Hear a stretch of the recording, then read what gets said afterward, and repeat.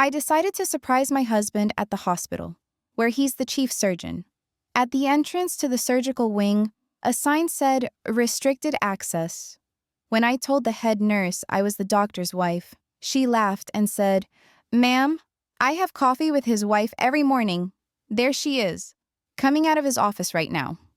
So, I decided to play along. The nurse was still chuckling, shaking her head like I was some confused elderly woman who'd wandered into the wrong building. My face burned, but I forced a smile. "Oh my goodness," I said, laughing along with her. "I'm so embarrassed. I'm actually from Medicor Pharmaceuticals. New sales rep, first day jitters, you know. I was supposed to meet Dr. Stevens, but got my notes mixed up." The nurse's expression softened immediately. "Oh honey, don't worry about it. We all have those days. Dr. Stevens is probably in his office. Down that hall, third door on the left." I thanked her and walked in the direction she pointed, my legs moving on autopilot while my brain struggled to process what had just happened. The doctor's wife. She has coffee with his wife every morning. I stopped at the water fountain and pretended to take a drink, watching the hallway through the corner of my eye. A woman emerged from Mark's office, and my stomach dropped. She was younger than me, maybe early 30s, with long dark hair pulled into a sleek ponytail. She wore a cream-colored cashmere sweater and designer jeans, carrying a leather handbag that probably cost more than my monthly salary. But it was the necklace that made my vision blur. A diamond pendant, emerald cut, surrounded by smaller stones in a vintage setting. Mark had given me the exact same necklace on our 5th anniversary. He told me it was a family heirloom passed down from his grandmother. I was wearing it under my shirt right now. The woman, Lisa, the nurse had called her, stopped to chat with a young resident.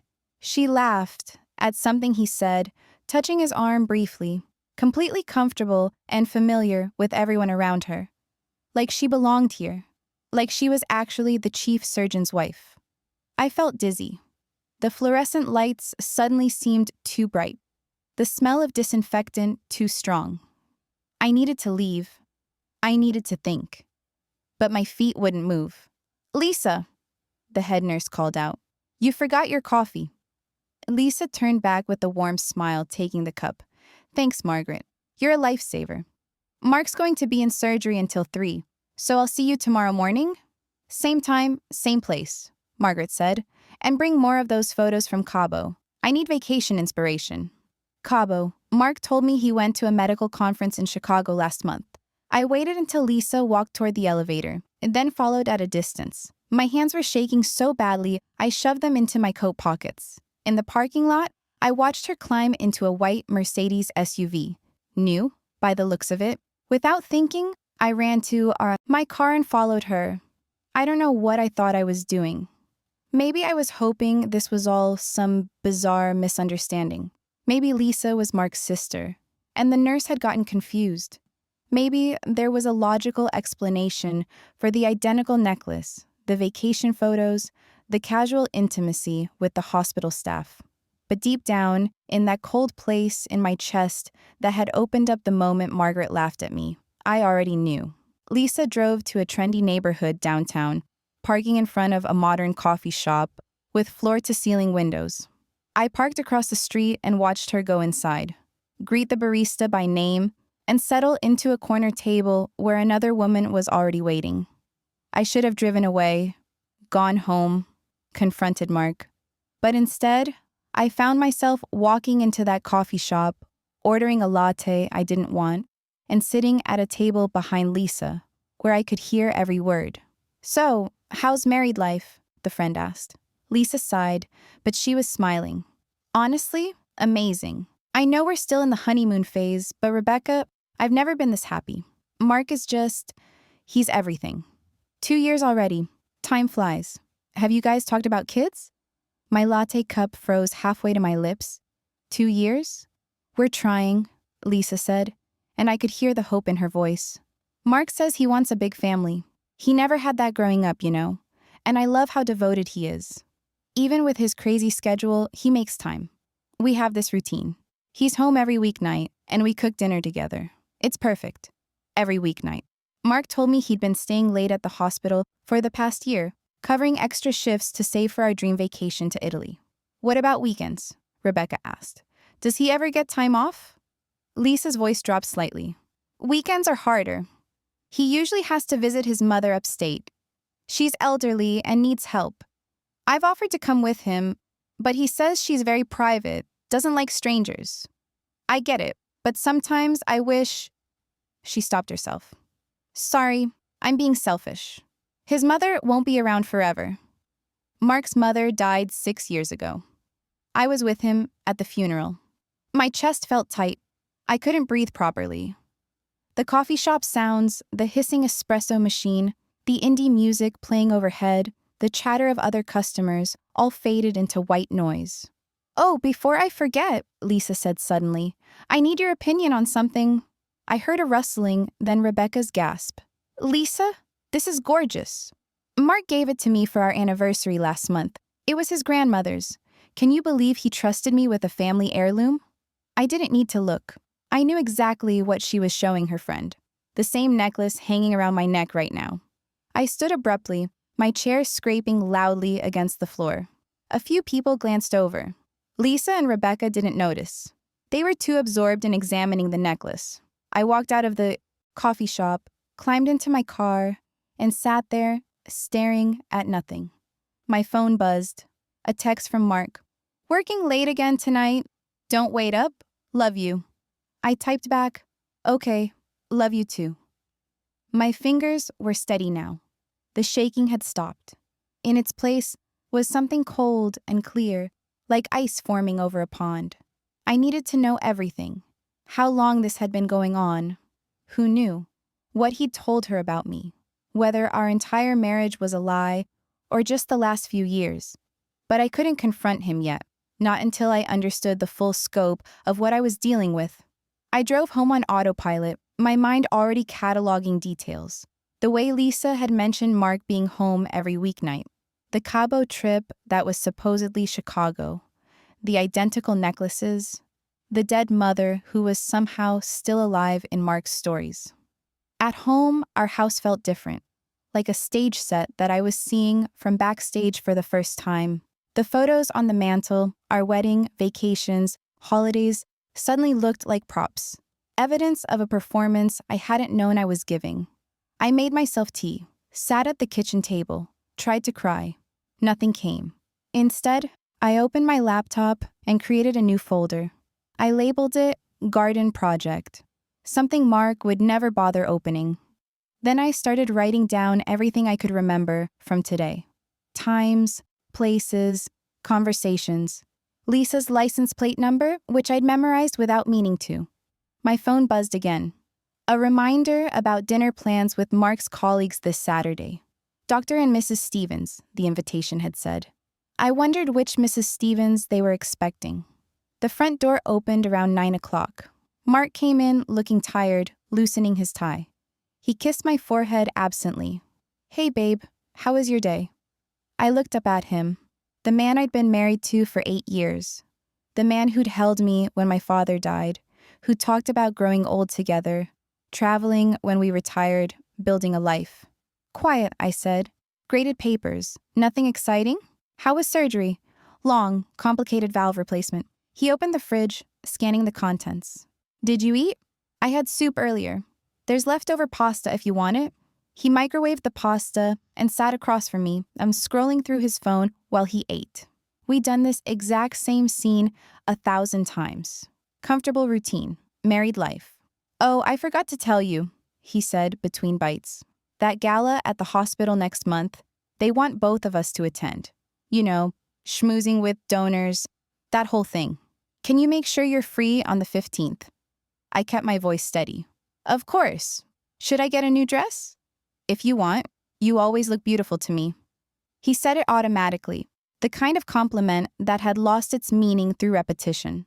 I watched him scroll through his phone, and for a split second, I saw his screen before he tilted it away. A text notification from L with a heart emoji.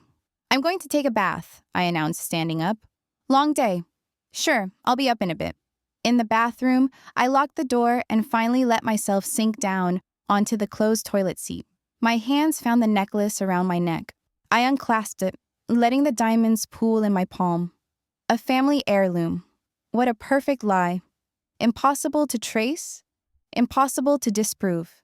Except, he'd been stupid enough, or arrogant enough, to use the same lie twice. I looked at myself in the mirror. My face looked the same as it had this morning. Same brown eyes, same lines starting around my mouth, same freckle on my left cheek. But the person behind those eyes felt different. She felt dangerous. I turned on the bath water to cover any noise, then pulled out my phone. It took me 15 minutes of searching, but I found her. Lisa Chen, according to her Instagram profile. Graphic designer, lives in downtown Seattle. Her photos were a catalog of the life she thought she was living. Brunch with friends, sunset beach walks, a selfie in front of the Space Needle with the caption, 2 years in this beautiful city, and I'm still not over these views. Cyrus blessed and Göttimer new beginnings. 2 years. The same time frame she'd mentioned to her friend. I scrolled further back to posts from exactly 2 years ago. There. A photo of her left hand showing off a diamond engagement ring. He asked, I said yes. Can't wait to marry my best friend. Aaron engaged, Gary, future Mrs. Chen. Except the comments all called her future Mrs. Stevens. I took screenshots of everything, saved them to my garden project folder. When I finally got into the bath, the water had gone lukewarm. I sat in it anyway, staring at the ceiling, thinking about the nurse's laugh, about Lisa's smile as she showed off her necklace, about Mark sitting downstairs, texting his other wife while eating pasta I'd made. Tomorrow, I would call a lawyer. Not to file for divorce, not yet. First, I needed to understand what I was dealing with, what assets we had, what Mark might be hiding, whether there were more lies I hadn't uncovered yet. But tonight, I needed to practice. I got out of the bath, dried off, put on pajamas, applied moisturizer the way I did every night, brushed my teeth. When I climbed into bed next to Mark, who was already half asleep, I kissed his shoulder. Love you, I whispered. Love you too, he mumbled back.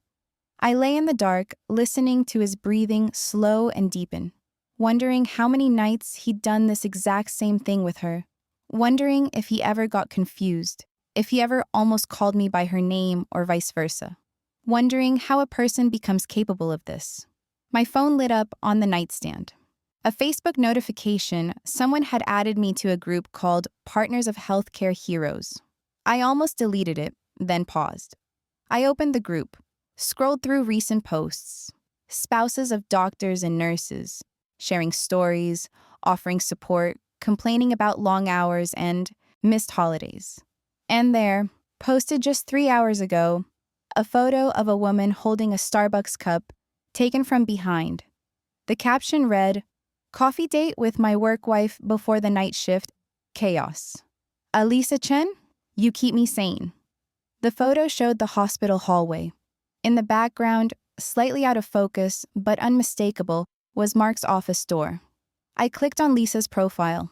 Her cover photo was a picture from a wedding. Her wedding, I realized. She wore a white dress. Mark wore a tuxedo. They were cutting a cake. I zoomed in on the date stamp, June 14th, 2 years and 3 months ago. I had been married to Mark for 8 years. Lisa had been married to him for 2, which meant my husband was a bigamist. I set down the phone, my hands perfectly steady. Next to me, Mark snored softly, completely at peace. I smiled in the darkness. Because now, I wasn't just hurt, I was armed.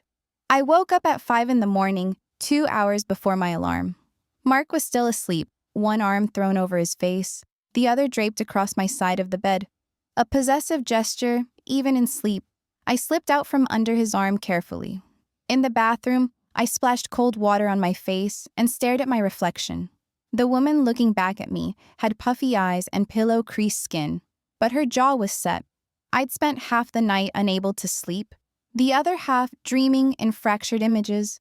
Lisa's necklace, Margaret's laugh, Mark's face, splitting down the middle into 2 different men. By the time I'd finally drifted off around 3, I'd made a decision. I wasn't going to cry.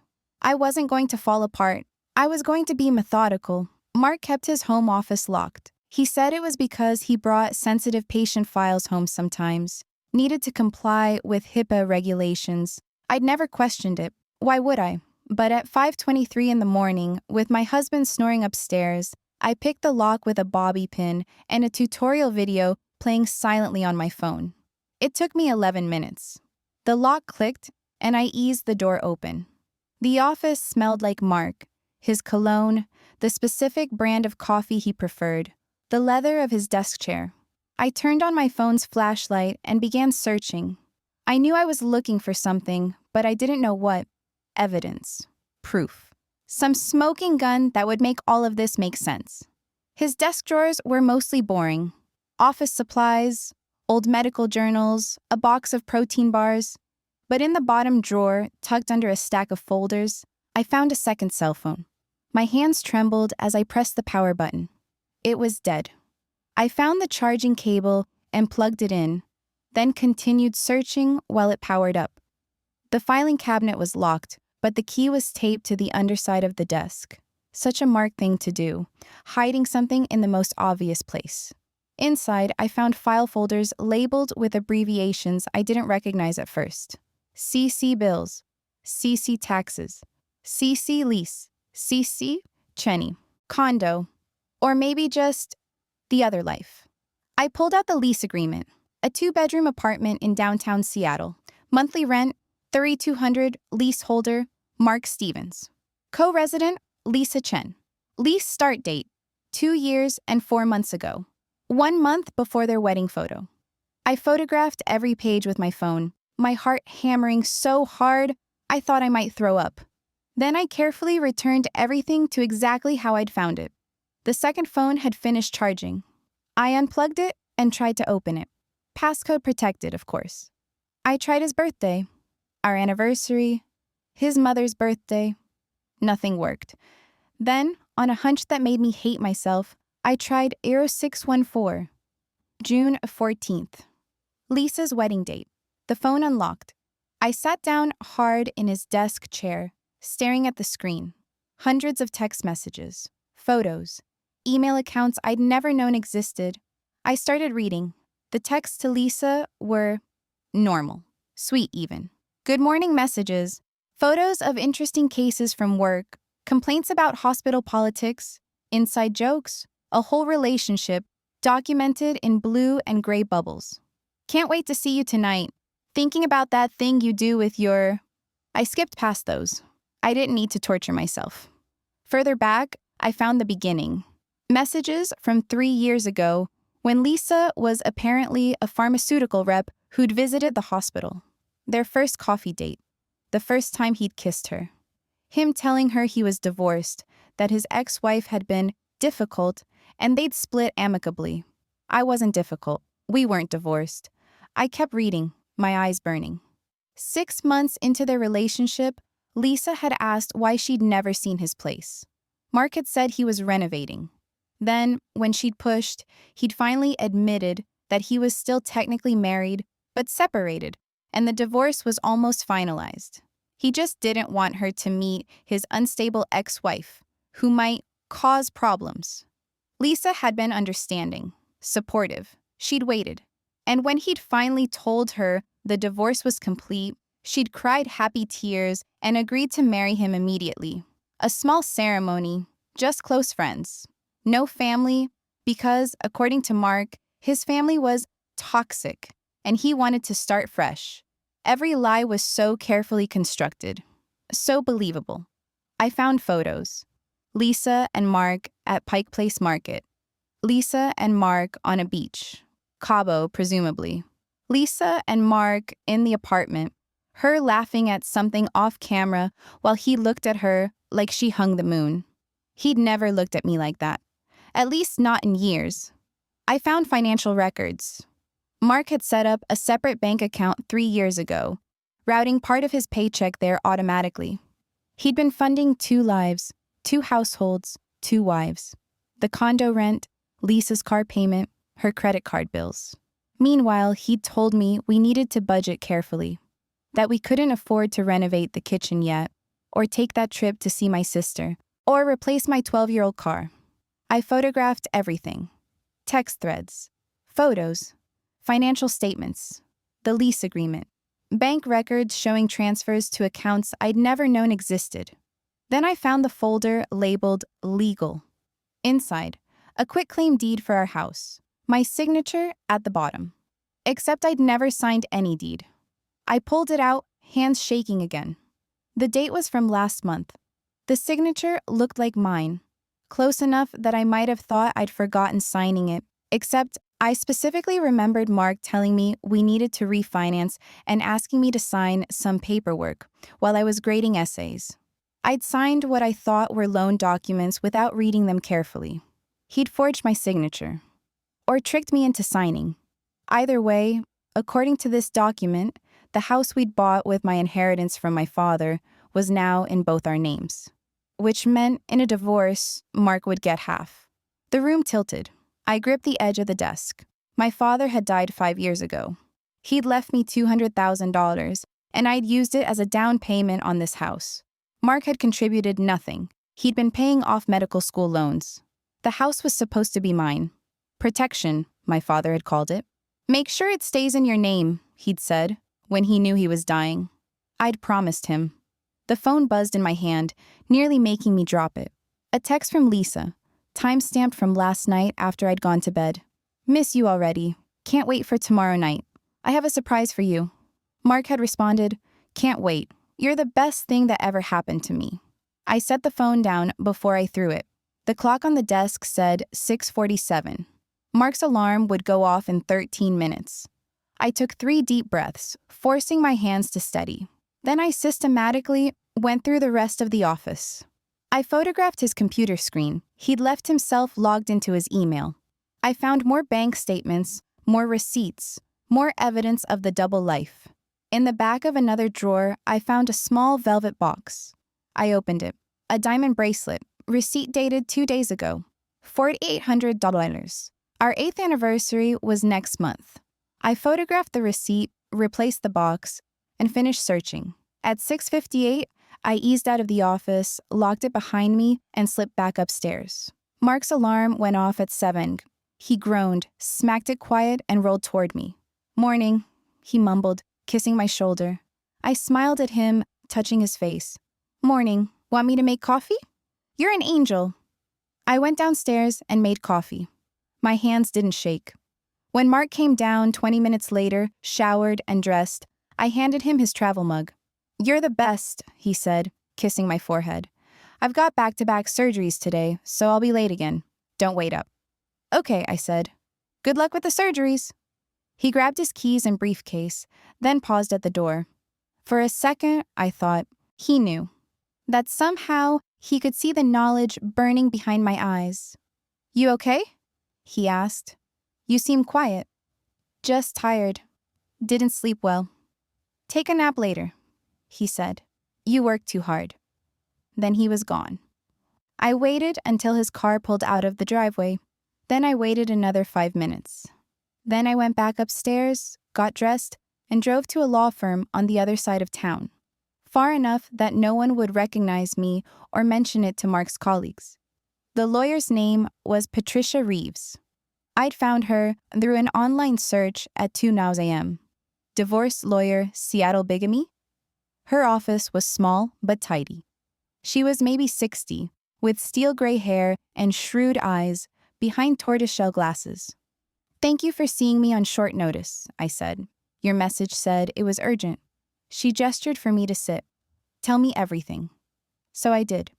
I showed her the photos, the lease agreement, the bank statements, the forged deed, the wedding photo, the text messages, everything I'd gathered in less than 24 hours. Patricia listened without interrupting, occasionally making notes on a legal pad. When I finished, she sat back in her chair. First question, she said. Are you safe? Has he ever been violent? No, never. But he's been lying to you for years, and he's forged legal documents. People who do that can become dangerous when cornered. Do you have somewhere you can go if you need to? I thought of my sister in Portland. Yes. Good. Keep that in mind. She tapped her pen against the legal pad. Second question, what do you want? Divorce, obviously. But what's your goal here? Punishment, justice, just wanting to get out safely? I'd thought about this during the sleepless hours. I want what's mine, the house, my assets, and I want him to face consequences. He committed bigamy, he forged documents. That's illegal, right? Very illegal. Patricia leaned forward. But here's what I need you to understand. The bigamy charge is a criminal matter. That would be up to the prosecutor's office, not you. It's also going to be public, messy, and it might take years. The divorce is civil, and we can handle that much faster. How fast? Depends on whether he fights. But with the evidence you have, especially that forged deed, we're in a strong position. The bigger question is, can you handle what comes next? What do you mean? I mean, your husband has been living a double life for years. He's going to do everything in his power to protect himself when this comes out. He'll lie. He'll try to make you look unstable. He'll charm people, play the victim. Men like this are experts at it. She paused. And you're going to have to keep pretending everything is normal while we build the case. My stomach dropped. For how long? 2 weeks minimum, maybe 3. We need to do this right. Freeze assets, document everything. Make sure he can't hide money or property. If you confront him now, he'll lawyer up immediately and start moving things around. We'll lose our advantage. 2 weeks of sleeping next to him, smiling at him, pretending. I can do it, I said. Patricia studied me for a long moment. I believe you, but I need you to be smart. Don't let him know you suspect anything. Don't change your routine. Don't confront the other woman. Just live your normal life. Can you do that? Yes? One more thing. She folded her hands. The other woman, Lisa. She's a victim too. He lied to her as much as he lied to you. When this comes out, she's going to be devastated. Try to remember that. I thought about Lisa showing off the necklace to her friend, the happiness in her voice, the way she talked about Mark like he was her whole world. I'll try, I said. Patricia outlined the next steps. I would continue gathering evidence. She would start preparing paperwork quietly. We'd freeze the joint accounts and file for emergency orders to prevent him from selling or transferring property. In 2 weeks, we'd serve him with divorce papers and file a police report about the bigamy. One last thing, I said as I stood to leave. That deed he forged. Can we fix it? Already on it. I'll file a motion to void it based on fraud. With your testimony and a handwriting expert, it'll be reversed. The house will go back to being solely in your name. I felt something loosen in my chest. The first piece of good news in 36 hours. I drove home in a daze. It was only 10 a.m. I discovered my husband's entire secret life, hired a divorce lawyer, and made a plan to take him down, all before lunch. At home, I transferred all the photos to a secure cloud account. Then I deleted them from my phone just in case Mark ever looked. I cleaned the house, made a grocery list, prepared chicken for dinner, normal life, my new performance. At 2 p.m., my phone rang. Unknown number. Hello? Hi, is this Sarah Stevens? A woman's voice, professional. Yes? This is Melissa from Northwest Credit Union. I'm calling about the home equity line of credit application you and your husband submitted. We just need to verify a few details. My blood went cold. I didn't apply for a line of credit. A pause. Oh, well, according to our records, we received an application last week signed by both you and Mark Stevens. I never signed anything. Another pause, longer this time. I see. Well, let me transfer you to our fraud department. I spent the next hour on the phone with the credit union, then with 2 of our other banks. Mark had applied for a home equity loan, a new credit card, and tried to add his name to my personal savings account, the one I'd opened with my teaching salary, all in the last 2 weeks, all using forged signatures. I documented every call, every account number, every fraud claim. Then I called Patricia. He knows something, I said, or he's planning something. He's trying to get access to everything. Or he's desperate, Patricia said. Maybe Lisa is pregnant. Maybe she's pushing for a bigger commitment. Maybe he needs money fast. Either way, this is good for us. More evidence of fraud. Good for us, I repeated numbly. When Mark came home that night at 8 o'clock, I was setting the table. Smells amazing, he said, kissing my cheek. You didn't have to cook. I wanted to. We haven't had a nice dinner together in a while. We ate chicken and roasted vegetables. Mark told me about his day, the valve replacement, a difficult patient, hospital politics. I asked questions and laughed at his jokes. He had no idea I knew. No idea that while he'd been in surgery, I'd spent the day systematically dismantling his lies. After dinner, while he watched a game in the living room, I cleaned up and thought about Lisa. Was she making him dinner right now, in their condo? Or was she waiting for him, believing he was working late? The doorbell rang. Mark looked up, frowning. You expecting someone? No. He went to the door. I heard voices. Then Mark's tone changed, became sharp. No, you have the wrong address. My mother doesn't live here. I walked to the hallway. A delivery driver stood on the porch holding a large bouquet of roses. Delivery for Lisa Stevens, the driver said, checking his tablet. This is 4U16 Maple Drive, right? Mark's face went white. Wrong Stevens. No one by that name lives here. The driver looked confused. But the billing address? Wrong house, Mark snapped and shut the door. He turned and nearly ran into me. For 1 second, I saw panic in his eyes. Then it was gone, replaced by irritation. Stupid delivery companies, he muttered. Can't even get addresses right. Weird, I agreed. He went back to his game. I went back to the kitchen. My phone was in my pocket. I'd taken a photo of the delivery receipt through the doorway. The roses were from Mark. Ordered yesterday. Delivery address, our home. Recipient, Lisa Stevens. He'd sent flowers to his mistress using our address.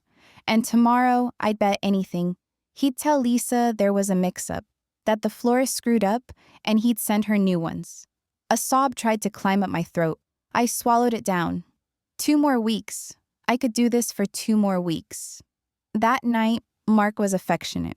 He pulled me close in bed, ran his fingers through my hair. I love you, he said. You know that, right? I know, I whispered. I love you too.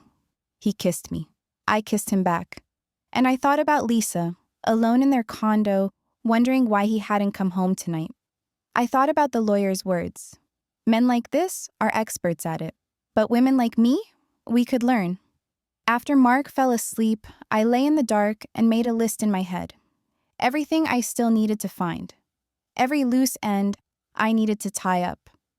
Every piece of evidence that would make sure he couldn't wriggle free. 2 weeks. And then I would burn his perfect double life to the ground. The hospital gala invitation sat on the kitchen counter, cream cardstock with gold lettering. Dr. and Mrs. Mark Stevens. I wondered if Lisa had received the same invitation. It was day 9 of my performance. 9 days of waking up next to a man I now knew was a stranger. 9 days of cooking meals and making conversation and pretending my entire world hadn't shattered. I was getting good at it. Too good, maybe. You should get something nice, Mark said, glancing at the invitation as he poured coffee. It's a big donor event. Important people. I'll go shopping this weekend, I said. What I didn't say, I'd already been shopping. Not for a dress, but for a safety deposit box at a bank across town, where I'd stored copies of everything I'd found. Insurance, Patricia had called it. Mark kissed my forehead and left for work. I waited until his car disappeared, then opened my laptop. Patricia had sent me homework. We need to understand his network, she'd written. Who knows about Lisa? Who might have suspected? When this goes public, we need to know who might lie for him. So I'd started mapping it out, a digital web of Mark's relationships, colleagues, friends, family, who he saw when, where he claimed to be, versus where he actually was. The picture that emerged was damning. Dr. Raymond Chen, Mark's closest friend at the hospital, his golf buddy, the guy who'd been best man at our wedding, had definitely known. I'd found texts between them on Mark's hidden phone. Nothing explicit, but enough. How's the situation? Raymond had asked 6 months ago. Mark had responded, managing. Lisa's getting impatient, but S doesn't suspect anything. S, me. I was just a letter now. Mark's younger brother, David, had known too, and there was an email from a year ago. Mom would be so disappointed in you, but it's your life, I guess. Just don't expect me to lie if Sarah ever asked me directly. I'd met David maybe 5 times in 8 years. He'd always been cold to me. Now I knew why. Not because he disliked me, but because he disliked what Mark was doing to me. I added both the names to my spreadsheet, highlighting them in red. Potential witnesses. By noon, I had a list of 15 people who either knew about Lisa or should have known. Colleagues who'd seen Mark and Lisa together at conferences. Friends who'd been to the downtown condo. A nurse who'd made a joking comment in the group text. When's Lisa going to make an honest man out of you? Mark had responded with a laughing emoji. I printed everything and added it to the folder for Patricia. At 2 p.m., I drove to the hospital. Not to confront anyone, I'd promised Patricia I wouldn't. But because I'd volunteered to help set up for a health fair, the hospital was hosting next week. I'd signed up 3 months ago, back when I was a supportive doctor's wife who wanted to contribute to her husband's workplace. Now I had a different motivation. The volunteer coordinator, a cheerful woman named Donna, greeted me in the lobby. Sarah, thanks so much for coming. We need help in the conference room. I followed her down the hallway, the same hallway where I'd first seen Lisa, where Margaret the nurse had laughed at me. Margaret was at the nurse's station today, talking on the phone. She glanced up as I passed, gave me a polite smile, and went back to her conversation. She had no idea who I was. Why would she? To her, I was just another volunteer. In the conference room, I helped arrange pamphlets and set up tables. Other volunteers chatted around me. 2 of them were doctors' wives I recognized from previous hospital events. Is Lisa coming? One of them asked Donna. She usually helps with these. She said she couldn't make it today, Donna said. Doctor's appointment. The 2 women exchanged a knowing look. One of them leaned in, lowering her voice, but not enough. I bet she's pregnant. Mark's probably over the moon. My hands froze on the stack of pamphlets I was holding. Oh, I'm sure, the other woman said. They've been trying for a while, haven't they? Lisa mentioned it at book club. It'll be good for Mark. He's wanted kids for years. I forced myself to keep arranging pamphlets. My face felt stiff, like a mask that might crack. Mark's wanted kids for years. We'd tried. For 3 years we'd tried. I'd taken ovulation tests and tracked cycles and made appointments with specialists. The doctors said there was no medical reason we couldn't conceive. Sometimes it just takes time. Mark had eventually stopped wanting to talk about it. Maybe it's not meant to be, he'd said gently. Maybe we're meant to focus on our careers. I'd cried for a week, and now I knew he'd been trying with her too, probably at the same time he'd been pretending to try with me. Sarah, you okay? I looked up. Donna was watching me with concern. Fine, I said automatically. Just tired. Didn't sleep well. You should take a break. Get some water. I nodded and walked toward the hallway on autopilot. I needed air. Needed to breathe. I nearly collided with someone coming around the corner. Oh, sorry, The woman stopped. Her eyes widened. Sarah? It was Raymond Chen's wife, Amanda. We'd had dinner together maybe a dozen times over the years. Double dates, hospital events, the occasional barbecue. Hi, Amanda, I managed. I didn't know you were volunteering today. She looked uncomfortable. How are you? Good, busy. You know how it is. Right. Yeah. She glanced around like she was looking for an escape route. Well, I'm actually late for something, but it was good to see you. She hurried off before I could respond. She knew. Of course she knew. If Raymond knew, Amanda knew. How many of them had sat across from me at dinner, smiling and making small talk, all while knowing that Mark had another wife? How many times had I been the punchline of a joke I didn't even know was being told? I made it to the bathroom before the tears came. I locked myself in a stall and pressed my palms against my eyes, trying to breathe through the wave of humiliation. Not sadness. I was past that. This was pure, burning shame. They all knew. They all knew, and no one had told me. My phone buzzed. A text from Patricia. Good news. Judge approved the emergency freeze on joint accounts. He can't move money without court approval now. You're protected. I stared at the text through blurry eyes. Protected. What a word. I splashed cold water on my face, fixed my makeup, and went back to the conference room. I finished setting up tables. I smiled at Donna and thanked her for organizing everything. I made small talk with the other volunteers. I performed. At 5 p.m., I drove home. Mark wasn't there yet. Wednesday was his late day. Or maybe it was his Lisa day. I didn't actually know his real schedule anymore. I made dinner anyway. Salmon and asparagus. I set the table for 2.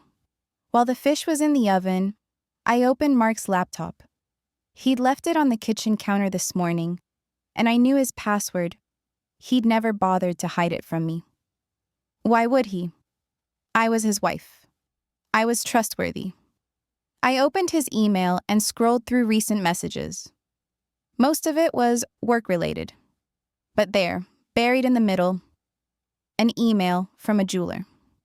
Your custom order is ready for pickup. As discussed, the inscription reads, "To L, my everything, forever M." The bracelet I'd found in his office, not for our anniversary, for hers. I took a screenshot, emailed it to myself, and deleted the email from my sent folder. The oven timer beeped. I served dinner. At 6:30, Mark came home. Smells amazing, he said, kissing my cheek. He was in a good mood, practically bouncing. You won't believe the day I had. That surgery I told you about, the complex one? Total success. The patient is going to be fine. That's wonderful, I said, and meant it. Whatever else Mark was, he was a good surgeon. People's lives were better because of him. It was such a strange dissonance. How could someone who saved lives be so casually cruel? We ate dinner. Mark talked about the surgery, about hospital politics, about the new resident who reminded him of himself. I asked questions and refilled his wine. Oh, he said suddenly, I forgot to tell you. My mother's birthday is coming up next month. I set down my fork. Your mother's been dead for 6 years, Mark. He blinked. For just a second, I saw confusion cross his face. Then he laughed. God, sorry. I meant to say my aunt, my mom's sister, you know. We've gotten so close since Mom passed. Sometimes I mix them up. Right, I said slowly. Your aunt. Mark had never mentioned an aunt, not once in 8 years. Anyway, he continued, not noticing my tone, I was thinking maybe we could visit her next weekend. She lives upstate, remember? I've been meaning to take you. Upstate, where he supposedly visited his mother every weekend. Where Lisa thought he went too. I'd love to, I said. Mark looked surprised. Really? I thought you'd say you were too busy with work. I can make time for family. Something flickered across his face. Guilt, maybe, or calculation. Then he smiled. Great, I'll let her know. There was no aunt, which meant this was a test. He was trying to figure out if I suspected something, throwing out bait to see if I'd take it. 2 could play that game. Actually, I said casually, I ran into Amanda Chen today, at the hospital. Mark's smile froze. Oh? She seemed weird, like she was uncomfortable seeing me. Do you know if something's going on? Is everything okay between her and Raymond? I don't know, maybe. Mark pushed asparagus around his plate. You know how Raymond is. Probably something at work. Maybe. I paused. It's strange, though. She practically ran away from me. I'm sure it's nothing. But his jaw was tight, and he wouldn't meet my eyes. That night, after Mark fell asleep, I lay awake thinking about Amanda's face. The way she'd looked at me. Not with malice, but with pity. She'd felt sorry for me. My phone lit up with a notification. An email from Patricia. Deposition scheduled for next Friday. We're ready when you are. Next Friday. 6 days from now, 6 more days of this. I could do it. I'd come this far. The next morning, I woke up early and went for a run. I'd never been much of a runner, but I needed something to do with the restless energy that had been building inside me. I needed to feel my body doing something, anything, that I could control. When I got home, sweaty and breathing hard, Mark was in the kitchen looking at his phone. His face was stormy. "Everything okay?" I asked. "Work stuff," he said shortly. "Scheduling conflicts." I poured myself water and watched him text furiously. His jaw was clenched, and there was a vein throbbing in his temple. Something had happened. Something with Lisa, probably. "I need to go in early today," he said abruptly. "Can you handle dinner on your own tonight?" "Of course." He grabbed his keys and left without kissing me goodbye. I waited 10 minutes, then checked the Find My Phone app. We'd shared our locations years ago for safety reasons. I'd never had reason to check before. Mark's phone was at the downtown condo. He'd gone to Lisa. I sat at the kitchen table, still in my running clothes, and felt something shift inside me. Not heartbreak. I was past that. This was colder. Clearer. I didn't love him anymore. I wasn't even sure I hated him. I just wanted him gone. That evening, I got a text from Mark. "Going to be late? Don't wait up?" I didn't respond.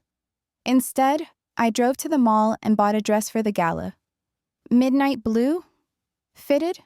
Elegant? More expensive than I'd normally spend. I looked good in it. Not like a wife who was being cheated on. Like a woman who knew her worth. The salesperson rang it up. "Special occasion?" "You could say that," I said. "It's going to be a night to remember." When I got home, there was a voicemail from a number I didn't recognize. "Hi, this message is for Sarah Stevens. This is Lisa Chen. I got your number from the hospital directory. I hope that's okay. I'm a friend of your husband's, and I was wondering if we could meet for coffee. There's something I need to talk to you about. Please call me back." My hands shook as I saved the voicemail.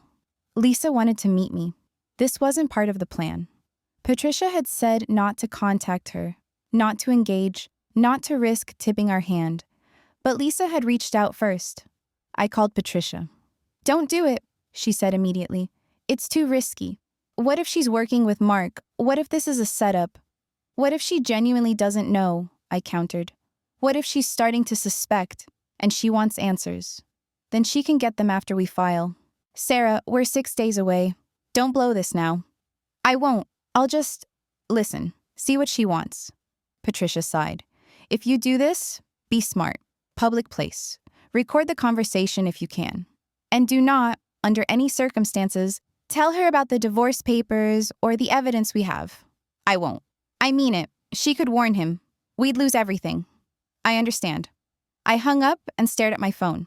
Then I called Lisa back. She answered on the second ring. "Hello? Hi, Lisa. This is Sarah Stevens. You left me a message?" "Yes. Thank you for calling back." She sounded nervous. "I know this is strange, but I really need to talk to you. Would you be free tomorrow? For coffee?" "Tomorrow works. There's a place called Meredith's on 5th Street. Do you know it?" "I'll find it. How about 11? I'll be there."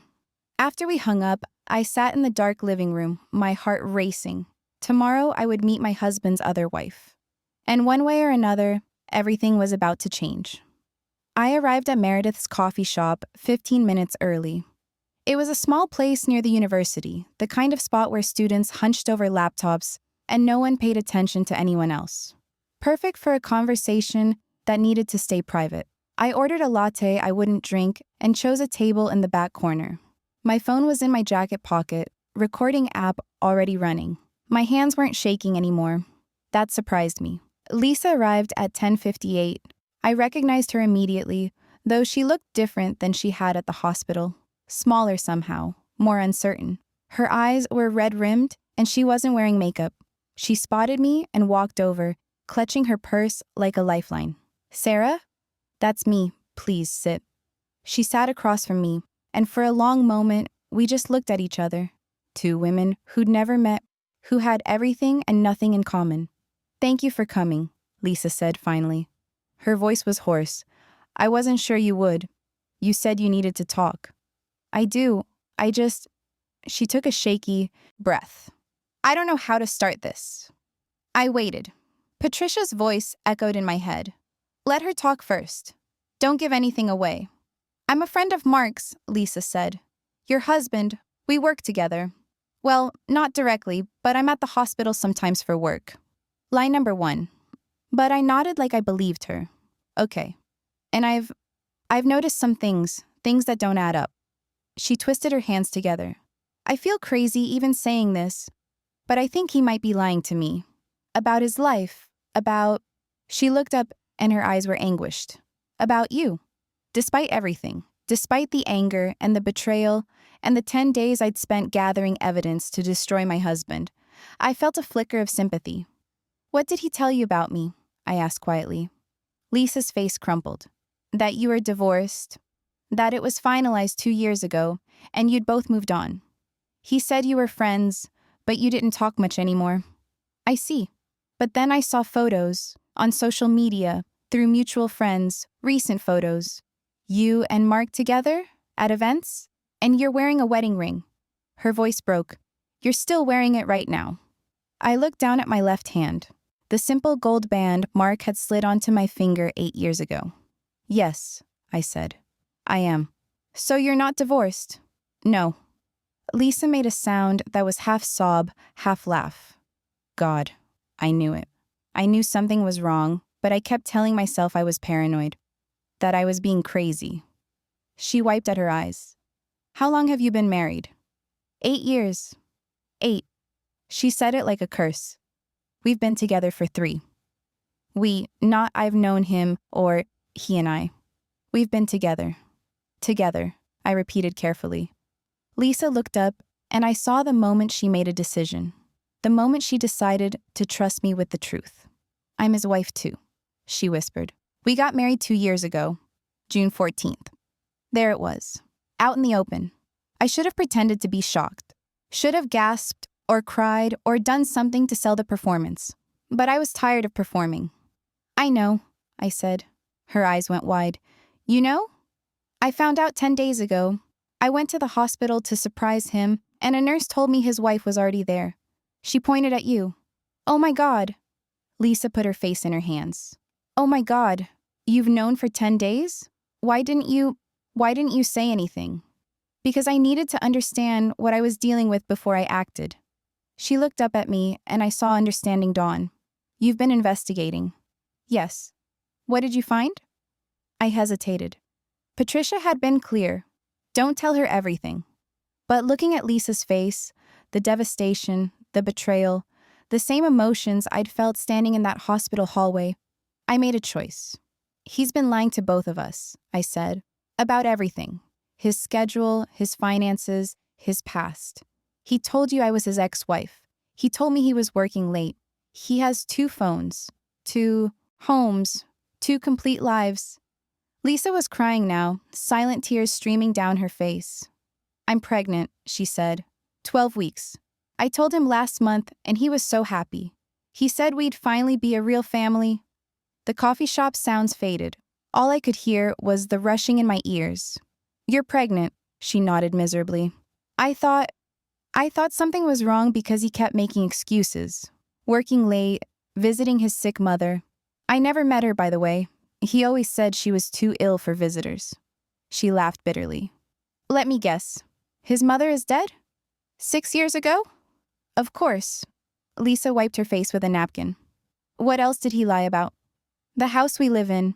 He tried to put it in both our names, but it was mine from an inheritance. He forged documents. I paused. He's been applying for credit cards and loans using my information. Probably yours too. Oh God.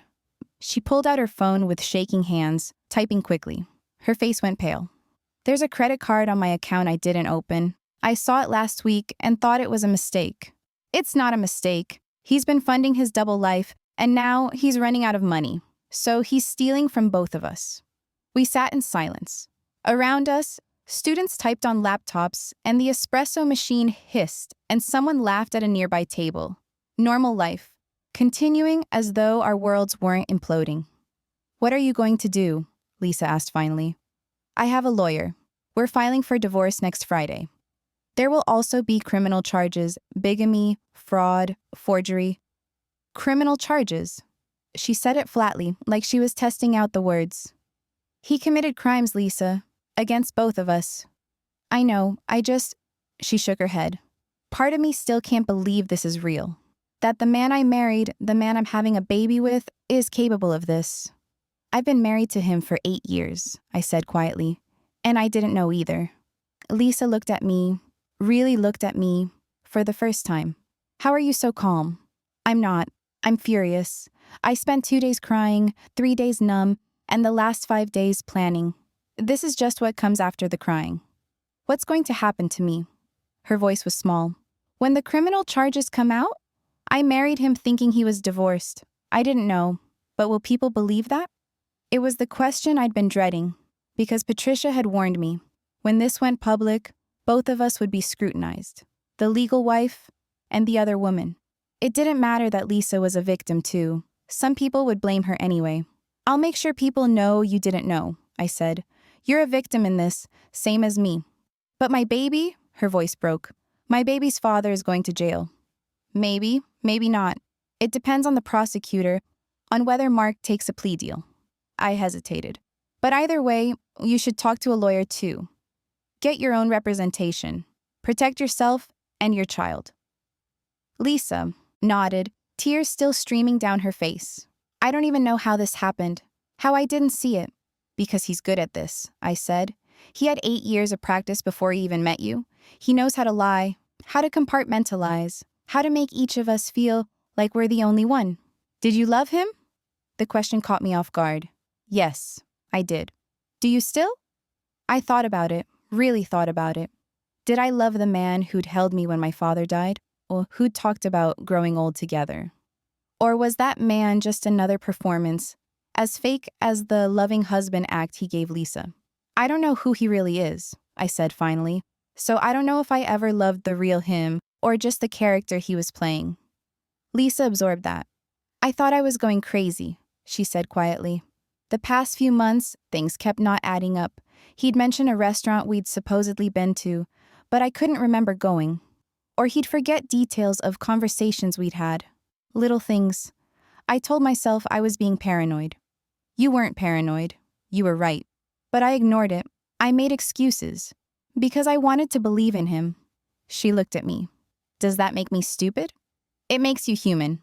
We sat there for a long time. 2 women who'd been competing for the same man's attention without knowing the other existed. Except we'd never been competing. We'd both already lost. What do I do now? Lisa asked eventually. Talk to a lawyer, document everything, texts, emails, photos, financial records, and decide what you want. Do you want to leave him? Stay? Try to work it out? She shook her head. There's no working this out. He married me while he was already married to you. He's a bigamist. She stopped. How do you work that out? You don't. Then I guess I'm getting divorced too. She said it like the words tasted strange. I've been married 2 years and I'm already getting divorced. I've been married 8, I pointed out. At least you're getting out sooner? It was a grim joke, but Lisa almost smiled. I'm sorry, she said, for everything. I know I didn't know, but I'm the reason your marriage fell apart. No, I said firmly. Mark is the reason. You didn't do this. He did. Lisa's phone buzzed. She glanced at it and her face went white. It's him. He wants to know where I am. What are you going to tell him? I don't know. She looked at me helplessly. Do I pretend everything is normal? Confront him? I don't know how to do this. I understood exactly how she felt. My lawyer told me to pretend for 2 weeks while we prepared the case, I said. It was the hardest thing I've ever done. But it protected me. It gave me time to secure my assets, gather evidence, build a strategy. I paused. But you're pregnant. And if Mark even suspects you know, I don't know what he'll do. Do you think he'd hurt me? I don't think he'd hurt you physically. But financially? Emotionally? Yes. He'll protect himself first.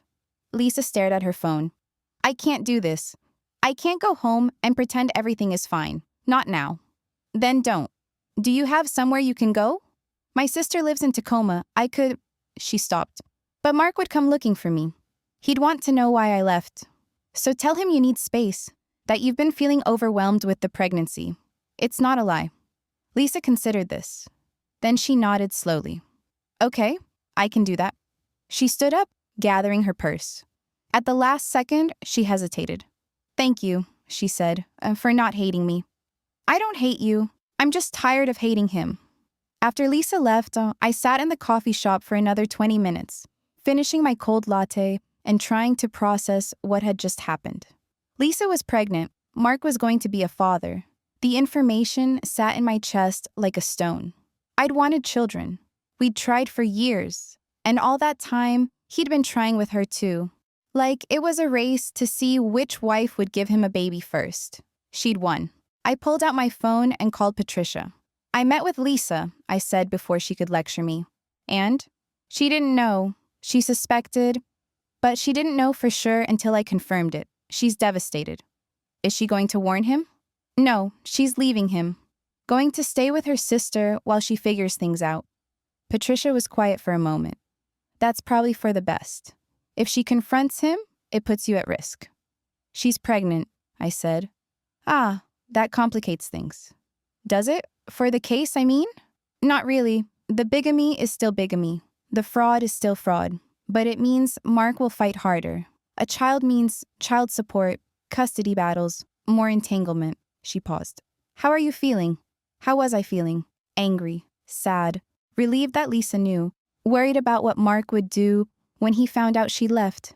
Guilty that I'd been the one to blow up her life, even though, logically, I knew that was ridiculous. I'm okay, I said. You're a terrible liar, but we'll work on that. I almost laughed. What happens now? Now? We stick to the plan. 5 more days, Sarah. Then we file, and this all becomes real. Can you handle 5 more days? Yes. Good. And Sarah, be careful. If Lisa really does leave, Mark is going to be suspicious. He might start looking at you differently. I'll be careful. But when I got home, Mark's car was already in the driveway. He wasn't supposed to be home for hours. I sat in my car, staring at the house. 5 more days. I could do 5 more days. Then I grabbed my shopping bag, the dress for the gala, and went inside. Mark was in the living room, pacing. He looked up when I entered, and his face was thunderous. Where have you been? Shopping. I held up the bag. For the gala, remember? Shopping. He said it like he didn't believe me. For 3 hours? I went to lunch after, with Claire from school. The lie came easily, too easily. Why, is everything okay?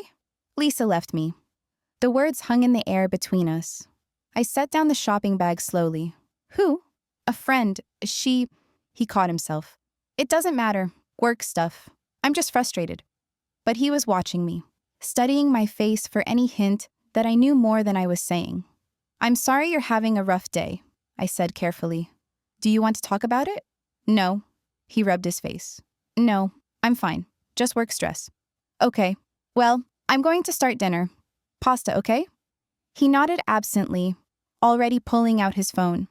I went to the kitchen and started cooking, my hands steady, my mind racing. Lisa had left him, and now Mark was here, watching me, suspicious. 5 more days felt like 5 years. That night, Mark barely spoke. He pushed food around his plate and checked his phone obsessively. I tried to make conversation, but he gave one-word answers.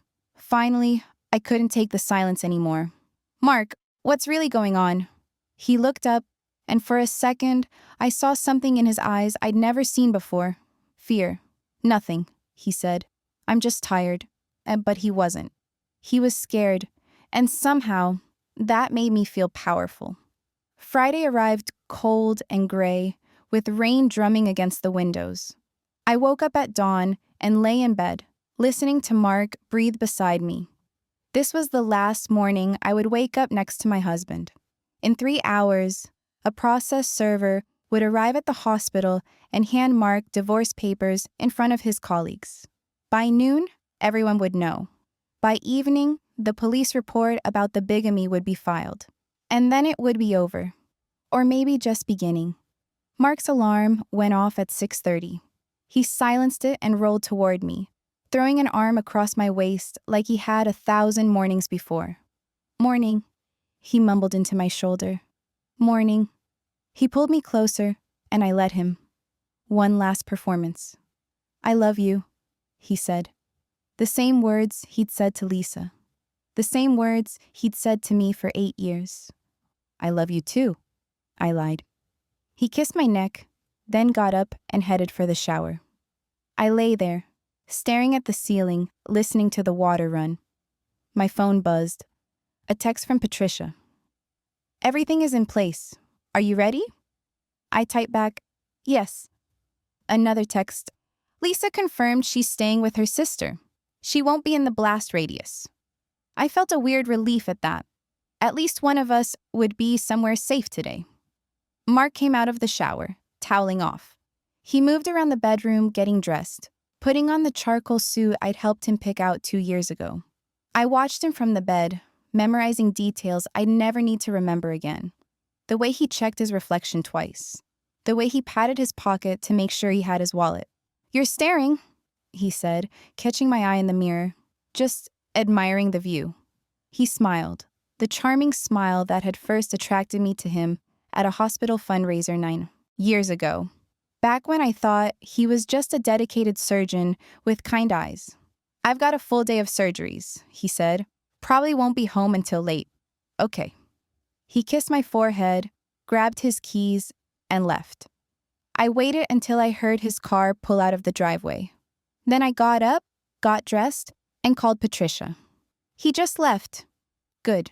The server will be at the hospital at 9. Do you want me to come over? No, I need to do this part alone. After we hung up, I walked through the house room by room. The living room where we'd watched movies. The kitchen where I'd made 1,000 dinners. The bedroom where I'd slept next to a stranger for 8 years without knowing it. This house was mine. Bought with my inheritance, lived in with my hope. Mark had tried to steal it, but he'd failed. I packed a bag, just in case. Clothes, toiletries, my laptop, all the documents Patricia had told me to safeguard. I loaded it into my car and drove to Patricia's office. She was waiting for me with coffee and a reassuring smile.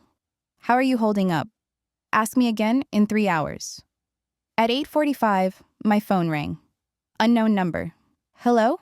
Mrs. Stevens? This is Officer Caleb Price with the Seattle Police Department. I'm calling regarding the report you filed about identity theft and fraud. My stomach clenched. Yes? We've reviewed the evidence you submitted and we'll be opening a formal investigation. We'll need you to come in for an official statement next week. Can you do Tuesday at 10? Yes, I'll be there. Great. And Mrs. Stevens? You should know that we'll also be pursuing the bigamy charge. That's a felony in Washington state. I wanted to give you a heads up. This is going to become public record. I understand. After I hung up, Patricia raised her eyebrows. They're really going after him. Good. At 9:03, Patricia's phone rang. She answered, listened, then hung up. It's done. He's been served. I waited for some emotion, relief, sadness, triumph, but all I felt was tired. My phone stayed silent. Minutes ticked by. 9:15, 9:30, 9:45. At 10:07, it finally rang. Mark. I looked at Patricia. She nodded. I answered. Hello? What the hell is this? Mark's voice was shaking with rage. Sarah, what the hell did you do? I filed for divorce.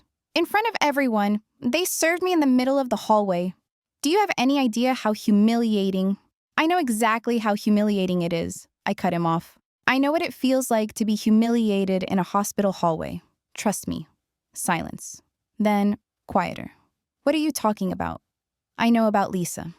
More silence. I could picture him, standing somewhere private now, mind racing, trying to figure out how much I knew and what lie might still save him. Sarah, I can explain. Don't. I know everything.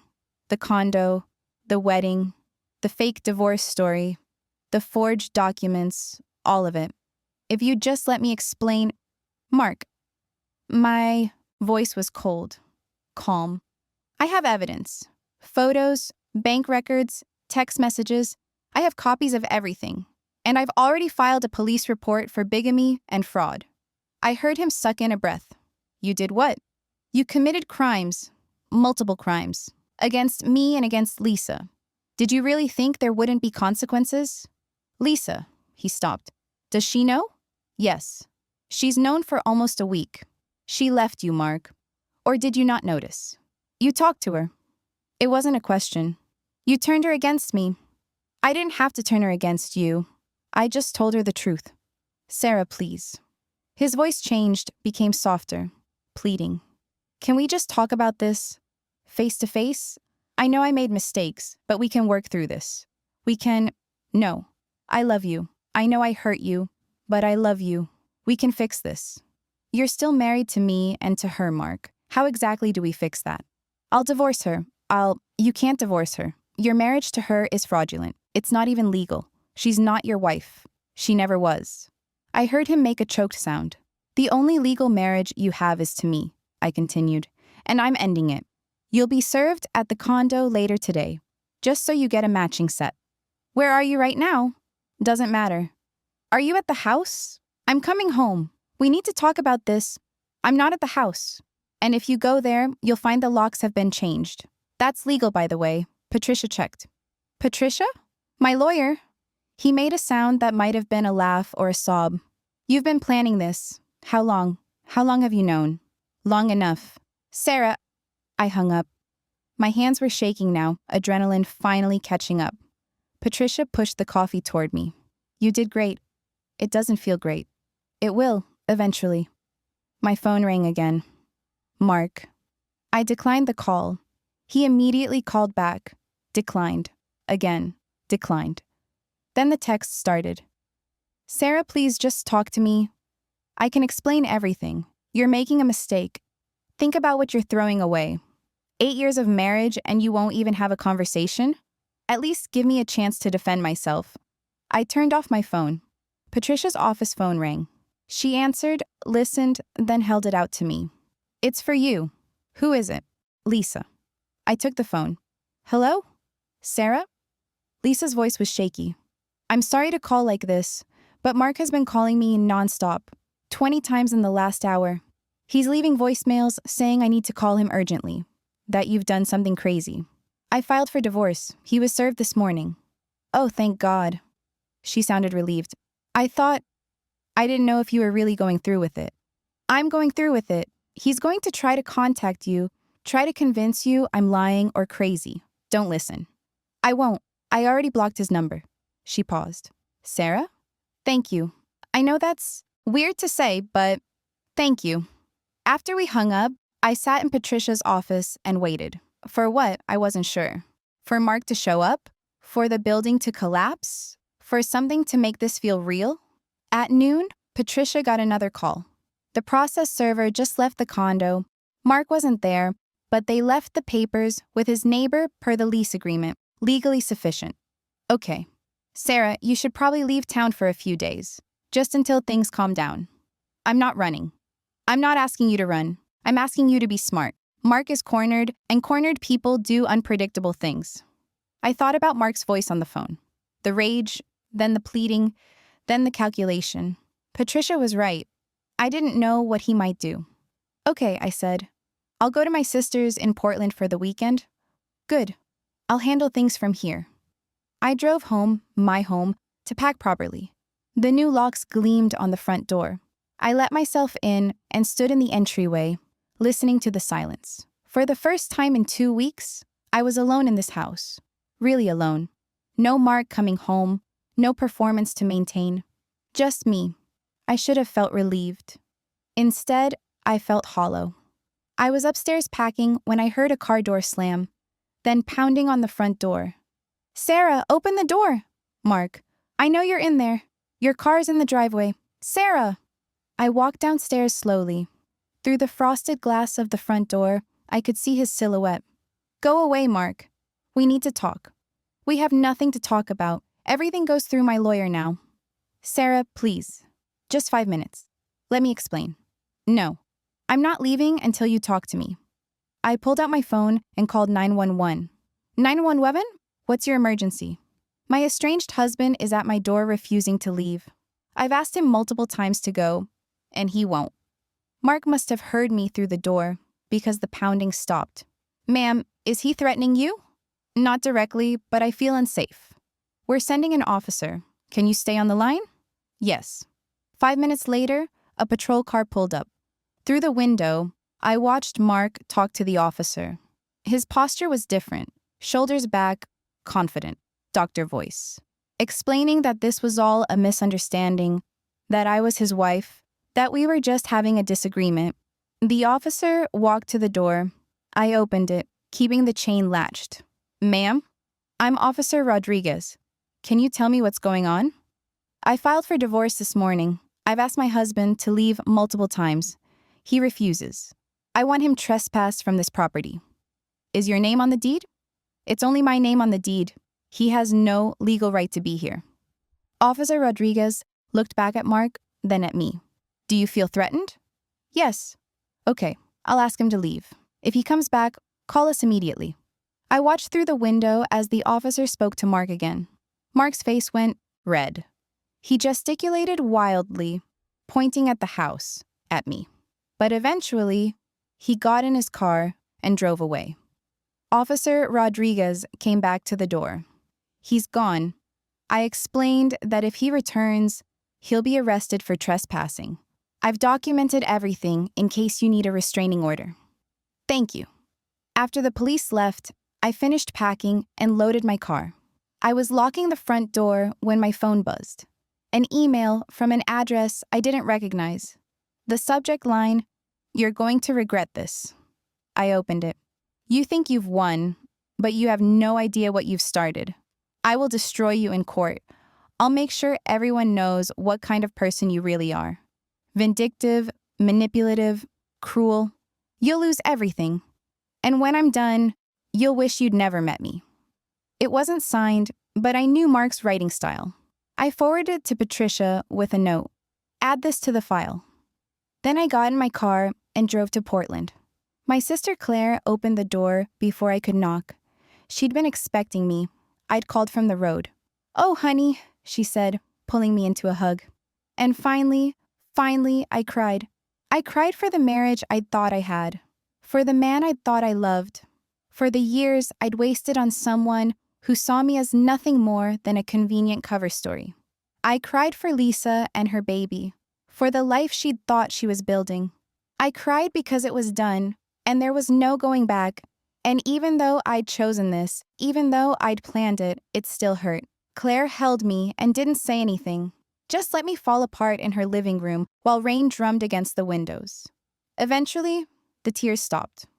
I pulled back, wiping my face. "Sorry. Don't apologize. You're entitled to a breakdown." Claire handed me a tissue. "Wine?" "God, yes." We sat on her couch with oversized glasses of red wine, and I told her everything. The hospital, the investigation, Lisa, the divorce papers, Mark showing up at the house. "I can't believe you held it together for 2 weeks, Claire said. "I would have set his car on fire." I considered it. What happens now? Now, we wait. The divorce will take months. The criminal case could take years. And in the meantime, Mark will try everything he can to make my life hell. Let him try. You've got evidence, a good lawyer, and, most importantly, the moral high ground. The moral high ground doesn't feel like much of a prize. It's not, but it's better than nothing. My phone buzzed. Patricia. Mark's lawyer called. He wants to settle. Already? He knows how bad this looks. Criminal charges, fraud, bigamy. Mark's career is over. He's trying to minimize the damage. What's he offering? He'll give you the house, waive any claim to your inheritance or assets, and accept full financial responsibility for his debts. In exchange, you agree not to pursue the criminal charges. I should have felt victorious. He was giving me everything. Tell him no. Patricia paused. Are you sure? This is a good deal, Sarah. You'd get everything you wanted without a long court battle. I don't care about the house or the money. I care about consequences. He doesn't get to buy his way out of this. Okay, Patricia said. I'll tell him. After we hung up, Claire looked at me. You sure about that? Criminal trials are ugly. So is bigamy. We drank wine and watched terrible reality TV, and slowly, the knot in my chest loosened. I'd done it. I'd actually done it. Monday morning, I woke up in Claire's guest room to 17 missed calls from Mark and 32 text messages. I read through them. A catalog of anger, pleading, bargaining, and finally threats. The last one said, "You've destroyed my life. I hope you're happy." I typed back, "You destroyed your own life. I just stopped letting you destroy mine." Then I blocked his number. Patricia called at 9. The hospital put Mark on administrative leave pending the investigation, and Lisa filed for an annulment. Her lawyer is arguing the marriage was fraudulent from the start. Good for her. How are you doing? I'm okay, really. And the strange thing was, I meant it. I wasn't happy. I wasn't whole, but I was okay. And for now, that was enough. 6 months later, I stood in the produce section of a grocery store comparing apples when I heard my name. "Sarah?" I turned. Mark's mother, my former mother-in-law, Janet, stood a few feet away, gripping a shopping cart like it might escape. We hadn't spoken since the divorce became public. She'd called once, 3 weeks after the papers were served, but I hadn't answered. What was there to say? "Janet," I said evenly. "Hello." She looked older than I remembered, thinner. The kind of tired that comes from stress rather than age. "I've been hoping I'd run into you," she said. Can we talk? Just for a minute?" I should have said no. Should have made an excuse and left. But something in her face made me nod. "The coffee shop next door?" "Yes." "Thank you." 10 minutes later, we sat across from each other with lattes. Neither of us was drinking. Janet twisted her wedding ring around and around, not meeting my eyes. "I owe you an apology," she said finally. "I said terrible things to you over the years.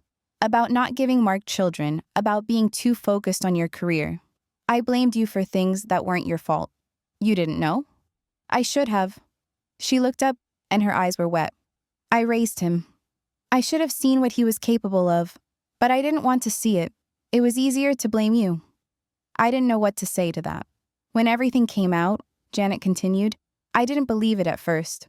I thought you must have misunderstood, or that there was some explanation. So I called Mark." She laughed bitterly. "He tried to lie to me, his own mother. He actually tried to convince me that you were making it all up out of spite." "What? Changed your mind?" "I drove to that condo, the one he'd been living in with Lisa. The landlord let me in after I explained who I was. And there were photos everywhere. Mark and Lisa on their wedding day. Mark and Lisa on vacation. A whole life I didn't know about." She wiped at her eyes. "I confronted him. He finally admitted it. And do you know what he said?" I waited. He said, "Everyone lies, Mom. I just got caught." Her voice broke. Like it was no big deal. Like he hadn't destroyed 2 women's lives. "I'm sorry," I said, and meant it. I'm the one who should be sorry. I'm sorry for every criticism, every time I made you feel small. You deserved better. From him and from me. We sat in the silence for a moment. Then Janet reached across the table and squeezed my hand. "I hope you're doing well," she said. "Really?" "I am," I said. "I really am." And it was true. The divorce had been finalized 3 months ago. Mark had eventually accepted a plea deal on the fraud charges. 3 years probation, restitution, and community service. The bigamy charge had been dropped as part of the deal, but it didn't matter. His medical license was suspended, his reputation destroyed. Last I'd heard, he was working as a consultant for a medical device company. Humbled, but not broken. Lisa had her baby, a girl she named Emma. She'd moved back to California to be near her family. We'd exchanged a few texts over the months, checking in on each other. She was doing okay, building a new life as a single mother. It wasn't the life she'd planned, but she was making it work. And me? I'd gone back to teaching. My students had been curious at first. A few had seen the news stories, but eventually, the gossip died down. I was just Miss Stevens again, grading essays and explaining symbolism. I'd started going to therapy. Twice a week at first, then once a week. Learning to trust myself again. Learning that the failure of my marriage wasn't a reflection of my worth. I'd started dating too. Nothing serious yet, just coffee dates and casual dinners. Men who made me laugh, who were upfront about what they wanted, who didn't have secret second families. The bar was low, but I was taking my time. The house was mine now, fully and legally. I'd repainted the bedroom, replaced the furniture Mark and I had picked out together, made it mine in a way it hadn't been before. And I'd started something new, a support group for women who'd experienced betrayal in their marriages. We met every Thursday evening in the community center. Sometimes 3 women showed up, sometimes 15. We shared stories, strategies, resources. We reminded each other that we weren't alone. It had started accidentally, really. A woman at school, another teacher, had confided that her husband had been having an affair. She'd felt so ashamed, so isolated. And I'd thought about how I felt in those first days after discovering Mark's secret, how desperately I'd needed someone to tell me it wasn't my fault that I would survive this. So I'd started the group, and it had helped. Not just the other women, but me too. After coffee with Janet, I drove to the community center for that week's meeting. 6 women sat in a circle, some regular attendees, a few new faces. "Hi everyone," I said, taking my seat. "For those who are new, I'm Sarah, and this is a safe space to share, or just to listen, whatever you need." A woman in her 50s raised her hand tentatively. "I'm Karen. My husband left me 3 months ago for someone he met online, and I feel so stupid. How did I not know?" The familiar words, the familiar pain. "You're not stupid," I said gently. "People who lie are good at it. That's not a reflection on you. But I should have seen the signs. Maybe not. But even if you'd seen them, that doesn't make his choice your fault." I paused. "Can I tell you what happened to me?" Karen nodded. So I told them. Not the whole story. That would take hours. But the important parts. The hospital, the discovery, the 2 weeks of pretending, the divorce. "Wait," another woman said. "You're the Sarah Stevens? The one from the news?" "That's me." "Oh my God. I followed your story. I'm so sorry that happened to you." "Thank you. But I'm okay now. Really. It took time and therapy and a lot of crying. But I'm okay." "How long did it take?" Karen asked. "Until you felt okay?" I thought about it. There wasn't one moment. It was gradual. Some days I'd wake up and realize I hadn't thought about him at all the day before. Or I'd laugh at something and realize it was genuine, not forced. Little moments that added up to healing. "Do you hate him?" I did, for a while, but now? I shrugged. Now I mostly just feel indifferent. He's a person who made terrible choices, and those choices hurt me, but they don't define me. I'm not his victim anymore. I'm just me. The meeting went another hour. Women shared their stories, affairs, financial abuse, emotional manipulation. We cried together, laughed together, passed around tissues and words of encouragement. Afterward, Karen approached me. "Thank you," she said. "I've been feeling so alone. It helps to know other people have been through this." "You're not alone," I promised. "And you're going to get through this." She hugged me, and I hugged her back, thinking about how many times I needed to hear those exact words. I drove home as the sun was setting. My house, just mine now, was lit up warm against the darkening sky. I let myself in and was greeted by the sound of purring. 6 weeks ago, I'd adopted a cat, a scraggly orange tabby from the shelter, who'd been overlooked because he wasn't cute enough. I'd named him Chester, and he'd attached himself to me like Velcro. "Hey, buddy," I said, scooping him up. He head-butted my chin affectionately.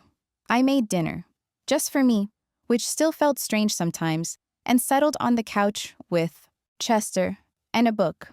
My phone buzzed. A text from a number I'd been seeing on my screen more frequently lately. "How was your day? Still on for Saturday?" James, an English teacher at a different school. We'd met at a conference 2 months ago and had been on 4 dates. He was kind, funny, and refreshingly straightforward. I didn't know if it would go anywhere, but I was willing to find out. I texted back, "Day was good, and yes, Saturday works. Looking forward to it." He sent back a smiley face, and I found myself smiling too. Later that evening, I was washing dishes when my phone rang. Lisa. "Hey," I answered. "How are you?" "Exhausted. Emma's teething and hasn't slept more than 2 hours at a time in 3 days." She sounded tired but content. But I wanted to check in. How are you? Good, really good, actually. I saw you started dating. Claire posted a photo on Facebook, you and some guy at a restaurant. I laughed. His name is James. We're taking it slow, but he's nice. I'm happy for you. You deserve nice. So do you. How's California treating you? It's good. My mom is helping with Emma, which is a lifesaver. And I've been doing some freelance design work from home. It's not what I planned, but it works. That's all we can do, right? Make it work. Yeah. A pause. Sarah, I never properly thanked you for telling me the truth, for not hating me, for everything. You don't have to thank me. I do, though. You could have made this so much harder for me, but you didn't. You treated me like a person, not an enemy. That meant everything. After we hung up, I stood in my kitchen, and looked around. At the walls I'd painted, the photos I'd hung, the life I'd rebuilt from nothing. It wasn't the life I'd planned, but it was mine. Fully, completely mine. And that was enough. A year after the divorce was finalized, I was invited to speak at a women's conference. The topic, rebuilding after betrayal. I almost said no. Public speaking terrified me, and I wasn't sure I wanted to be defined by my divorce forever. But then I thought about Karen and all the other women who'd sat in that circle looking for hope. So I said yes. The conference was in a hotel ballroom. 200 women sitting in rows looking at me expectantly. I took a breath and began. A year and a half ago, I walked into a hospital to surprise my husband and discovered he had a second wife. Everything I thought I knew about my life turned out to be a lie, and I had to figure out how to survive that. I told them about the investigation, the performance, the divorce, the slow, painful work of rebuilding. People ask me if I regret marrying him, I said, and the answer is, I don't know. I regret the pain. I regret the wasted years. But I don't regret what I learned about myself, that I'm stronger than I thought, that I can survive things I never imagined I'd have to face, that I can build a life from scratch and make it something worth living. I paused, looking out at the audience. Some women were crying, others were nodding. If you're going through something like this right now, I want you to know, you will survive it. Maybe not today, maybe not next week, but eventually, you'll wake up and realize the pain isn't the first thing you think about anymore. You'll laugh and mean it. You'll make plans for the future without fear. You'll remember who you were before him, and you'll discover who you can be without him. And that person? She's going to be amazing. The applause was thunderous. Afterward, dozens of women approached me, sharing their own stories, thanking me for mine. One woman, maybe 70 years old, gripped my hand tightly. I stayed, she said. 50 years ago, I found out my husband was cheating, and I stayed because that's what women did back then. I've regretted it every day since. Tears streamed down her face. I'm so proud of you for leaving, for choosing yourself. I hugged her, this woman who lived with betrayal for 50 years, and whispered, it's never too late to choose yourself. On the drive home, I thought about where I'd been a year and a half ago, standing in that hospital hallway, having my entire world shatter, lying in the dark next to a man I didn't know, pretending everything was fine, wondering if I'd ever feel whole again. And now, here I was. Not perfect, not healed completely, but whole in a different way, stronger in the broken places. My phone buzzed. James. How did the talk go? Really well. I'll tell you about it Saturday. Can't wait. Proud of you. 3 simple words, but they made me smile. I pulled into my driveway as the sun was setting. Chester was waiting in the window, silhouetted against the warm light inside. I grabbed my bag and headed for the door. Tomorrow, I had papers to grade. Thursday, I had my support group. Saturday, I had a date with a man who might become something, or might just be a nice memory. And that was okay. All of it was okay. Because I'd survived. I'd rebuilt. I'd become someone I actually liked. And in the end, that was the quietest, most profound victory of all.